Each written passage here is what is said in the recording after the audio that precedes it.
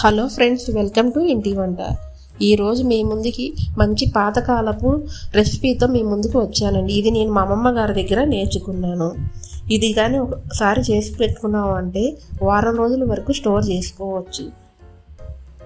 ముందుగా శుభ్రం చేసుకున్న పచ్చి రొయ్యలు, గోంగూర, 2 ఉల్లిపాయలు, 4 పచ్చిమిర్చి తీసుకోవాలి.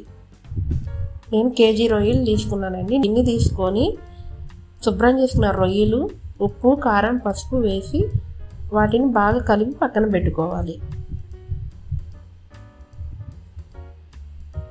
తర్వాత గోంగూరని సన్నగా తరుక్కొని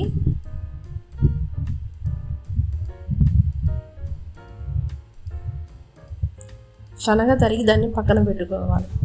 స్టవ్ వెలిగించి మందపాటి ప్యాన్ పెట్టుకొని ఆయిల్ పోసుకోవాలి. దీనికి కొంచెం ఆయిల్ ఎక్కువగానే పడుతుంది.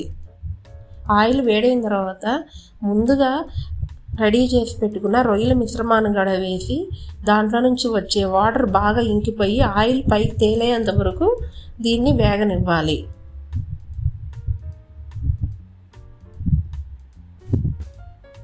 ఇలా ఆయిల్ పైకి తేలిన తర్వాత ముందుగా కోసి పెట్టుకున్న ఉల్లిపాయలు, పచ్చిమిర్చి కూడా వేసుకొని కలుపుకోవాలి.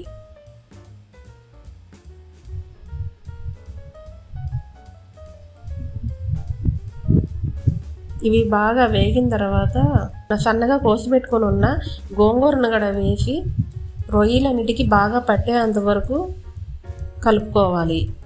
ఇది ఇలా బాగా కలుపుతూ ఉండాలి, లేదంటే అడుగంటిపోద్ది. హై ఫ్లేమ్లో పెట్టకుండా సిమ్లో పెట్టుకొని చేసుకోవాలి.